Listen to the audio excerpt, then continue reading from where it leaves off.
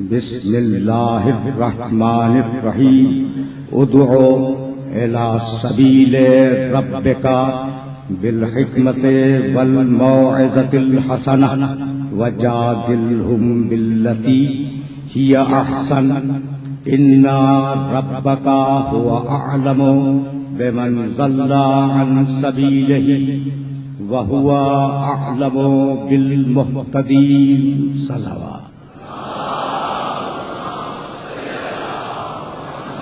اس گفتگو کے لیے سرنامہ کلام میں سورہ نحل کی ایک آیت کی تلاوت کا شرف حاصل کیا گیا۔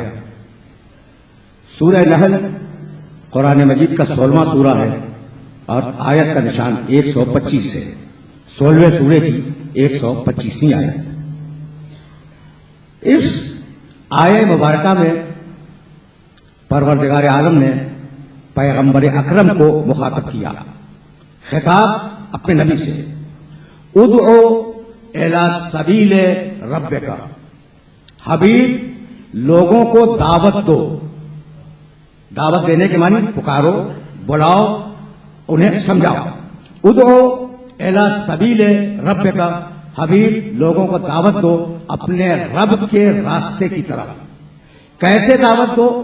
بالحکمت، حکمت کے ذریعے دعوت دو، والموعظۃ الحسنہ اور اچھے موعظے کے ذریعے دعوت دو، وجادلہم باللتی ہی احسن اور انتہائی خوشگوار اور خوشنما بحث کے ذریعے لوگوں کو دعوت دو۔ ان ربک هو اعلم بمن ضل عن سبیلہ، تمہارا رب خوب جانتا ہے کہ کون اس کے راستے سے ہٹ گیا ہے۔ وَهُوَ أَعْلَمُ بِالْمُهْتَدِينَ، اور وہ ان لوگوں کو بھی خوب جانتا ہے جو ہدایت پر قائم ہیں۔ اب ظاہر ہے کہ آج کی پہلی تقریر سر تا سر تمہیدوں پر استوار ہوگی، اور میں یہ چاہوں گا کہ میرے سارے سننے والے بہت توجہ کے ساتھ ان مسائل کو اپنے ذہن میں محفوظ کریں۔ دیکھو، اس ایک آیت میں پروردگار عالم نے لفظ رب 2 مرتبہ استعمال کیا۔ ادعو الی سبیل ربک، حبیب اپنے رب کے راستے کی طرف لوگوں کو بلاؤ، اپنے رب کے راستے کی طرف، اللہ کے راستے کی طرف نہیں، رب کے راستے کی طرف۔ حالانکہ جو رب ہے وہی اللہ ہے، اور جو اللہ ہے وہی رب ہے، لیکن لفظوں کا انتخاب دیکھو۔ ادعو الی سبیل ربک بالحکمت والموعظۃ الحسنہ وجادلہم باللتی ہی احسن۔ عجیب و غریب پہلے فکر پہ لے آیا ہوں میں۔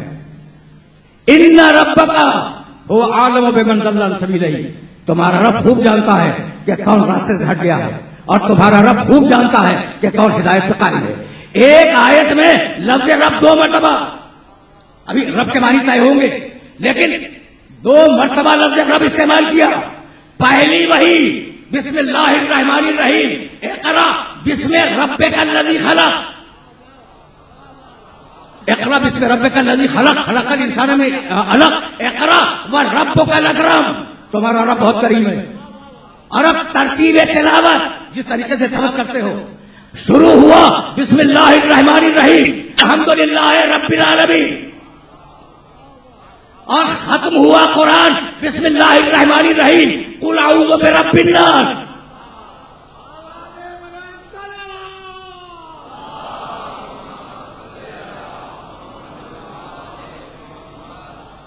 دیکھ رہے ہو کس طریقے سے پروردگار ربوبیت پہ بات کر رہا ہے۔ اچھا بھائی، تو اب اگر میرے سننے والے متوجہ ہوں تو میں جملہ ان کی خدمت میں عرض کروں۔ رب وہ جو لوگوں کی ضرورتوں کو پورا کرے، بھائی بہت توجہ رکھنا، رب اسے کہتے ہیں جو انسانوں کی نہیں، کائنات کی ضرورتوں کو پورا کرے۔ یعنی میں کہنا یہ چاہ رہا ہوں کہ اگر تم محتاج ہو تو پوری کائنات محتاج ہے۔ یہ تمہیدیں ہیں۔ اور میں غالباً 4 دن پہلے جناب شاداں صاحب نسٹر پارک میں یہ کہہ رہا تھا کہ میاں مشکل مسائل اگر تمہارے سامنے پیش نہ کروں تو پھر کس کے سامنے جا کے پیش کروں؟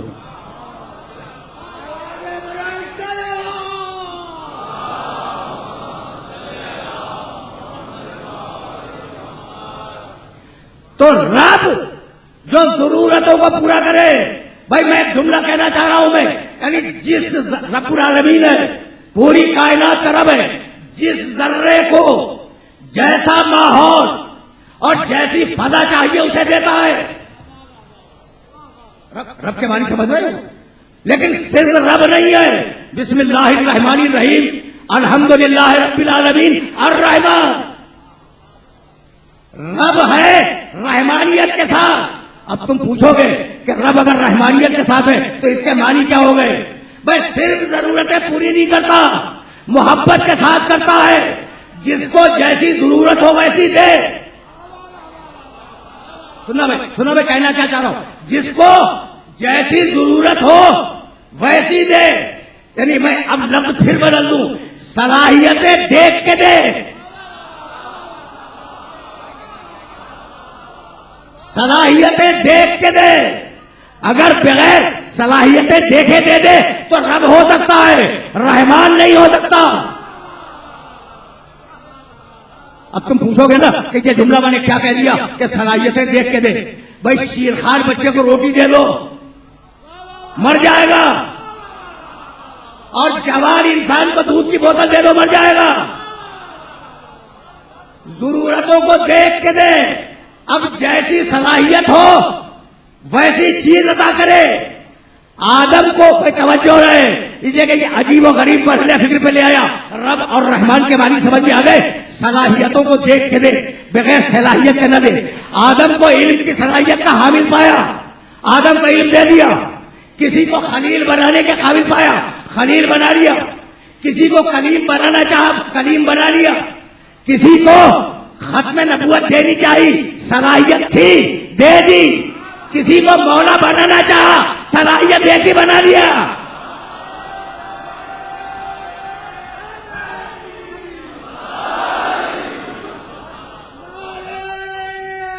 سنتے چلو.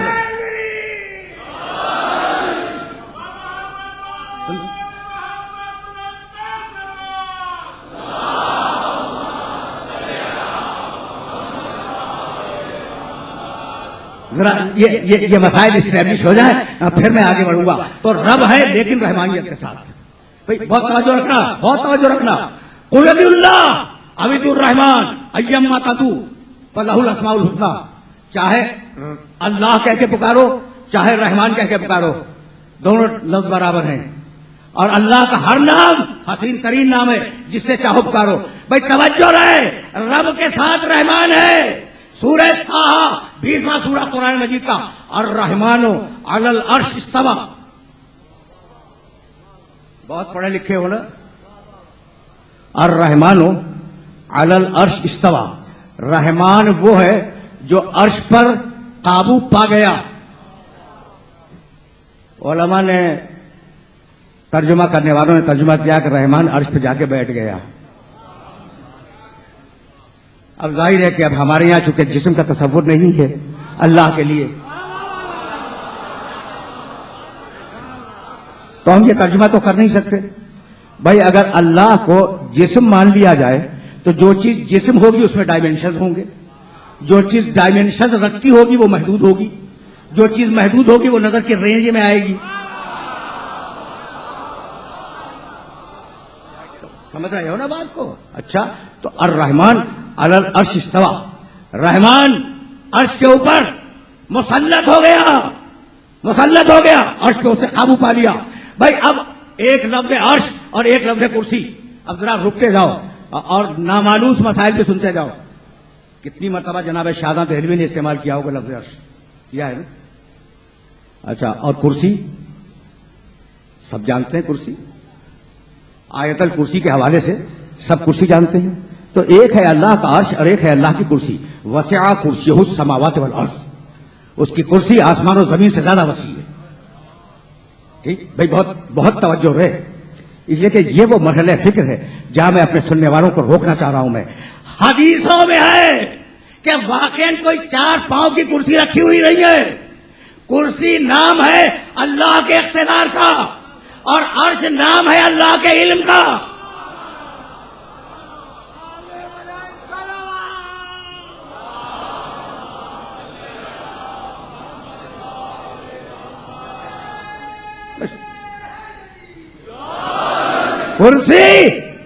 کرسی نام ہے اللہ کے اقتدار کا اور عرش نام ہے اللہ کے علم کا. سب نے لکھا ہے, اپنی طرف سے یہ نہیں کہہ رہا ہوں میں. اب چونکہ بلقیس کے تخت کے لیے لفظ عرش قرآن میں آ گیا ہے تو ہمارے مترجم یہ سمجھے کہ شاید بلقیس جیسا تخت اللہ کا بھی ہوگا. یہ جو تخت کا مفہوم آیا ہے نا عرش کے اندر کہ ایک تخت رکھا ہوا ہے, تو بلقیس کے لیے لفظ عرش استعمال ہوا ہے قرآن میں کہ بلقیس کا ایک عرش تھا, یعنی اس کا ایک تخت تھا. تو سمجھے کہ شاید اللہ بھی بلقیس جیسی کوئی ملکہ ہوگی, کوئی بادشاہ ہوگا, کوئی کچھ ہوگا. ٹھیک ہے نا. لیکن عرش کے معنی علم.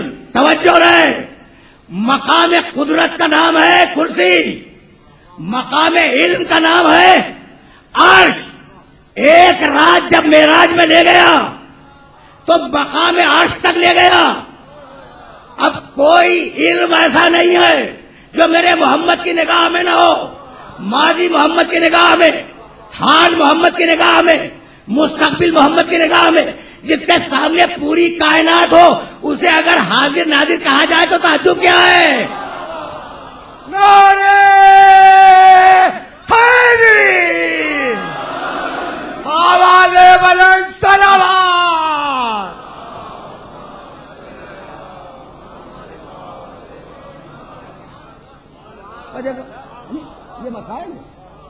یہ مسائل ہیں اور یہ ممبر سے بیان نہیں کیا جاتا. اب عرش و کرسی کی واقعاً کیا تفہیم ہے اس کے اوپر تو ممبر سے بات نہیں ہوتی, لیکن اب میں تمہیں لے آیا ہوں اس آیت تک جس آیت کو تمہاری خدمت میں ہدیہ کرنا چاہ رہا ہوں میں.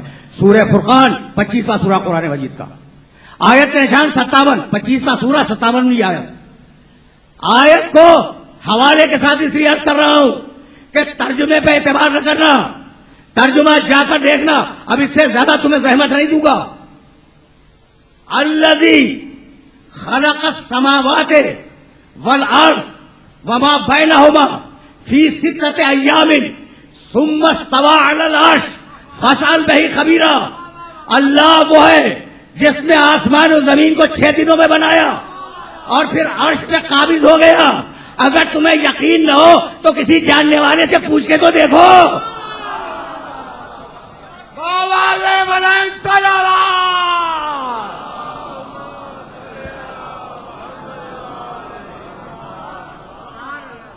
بھائی میں روکوں گا اپنے سننے والوں کو. فاسأل بہ خبیرا, فاسأل سوال کرو جاننے والے سے کہ ہم نے آسمان و زمین کو 6 دنوں میں بنایا ہے یا نہیں. تو کسی ایسے جاننے والے کا وجود ضروری ہے جو کائنات کو بنتے ہوئے دیکھ رہا ہو. نعرہ حیدری, نعرہ حیدری. برائے خوشنودی آل محمد بآواز بلند صلوات.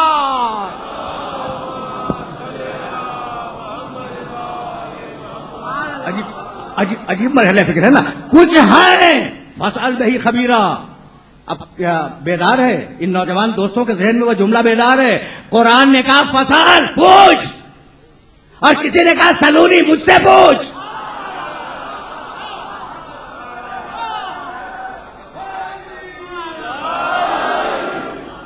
تو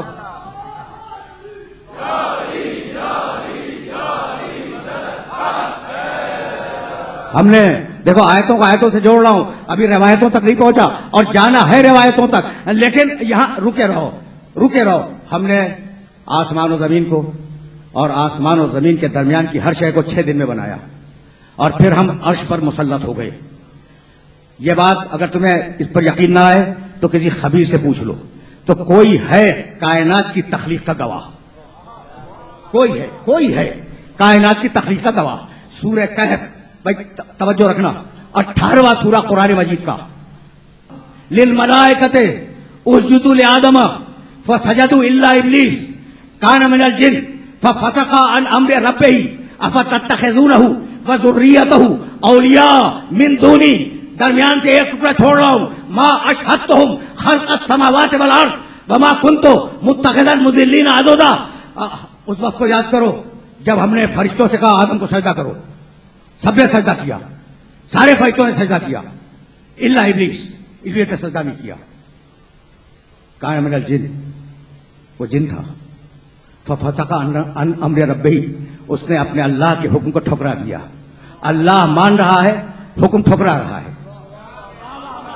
بھائی اگر اللہ مان رہے ہو تو بات کو بھی مانو. کہا ذات کو مانوں گا، ذات کو مانوں گا، بات کو نہیں مانوں گا. تو جو ذات کو مانے بات کو نہ مانے وہ ابلیس ہے.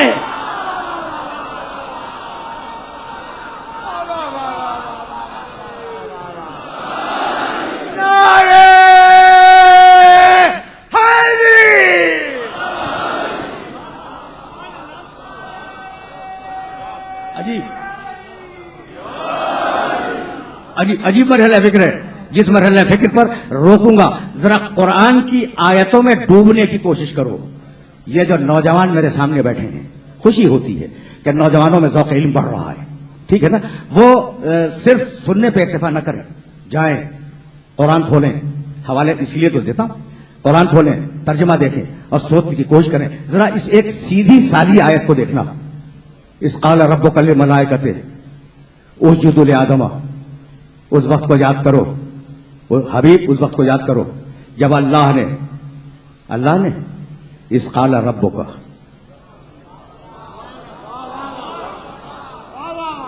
دیکھو نا قرآن کے الفاظ چنے ہوئے الفاظ ہیں. کس لفظ کو کہاں استعمال کرنا ہے اور کتنی مرتبہ استعمال کرنا ہے یہ فقط قرآن جانتا ہے.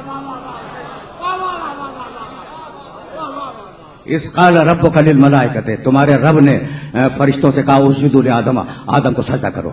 فسجدوا الا ابلیس، سارے فرشتوں نے سجدہ کیا، ابلیس نے سجدہ نہیں کیا. کان من الجن، وہ جنوں میں سے تھا. ففسق عن امر ربہ، اس نے اپنے رب کے حکم کو ٹھکرا دیا، اس کا انکار کر دیا. افا سننا بھائی، افا تتخذونہ وذریتہ اولیاء من دونی، کیا تم ابلیس کو اور ابلیس کی اولاد کو اپنا ولی سمجھتے ہو؟ آج پتا چلا کہ ابلیس لا ولد نہیں ہے، اولادیں گھوم رہی ہیں.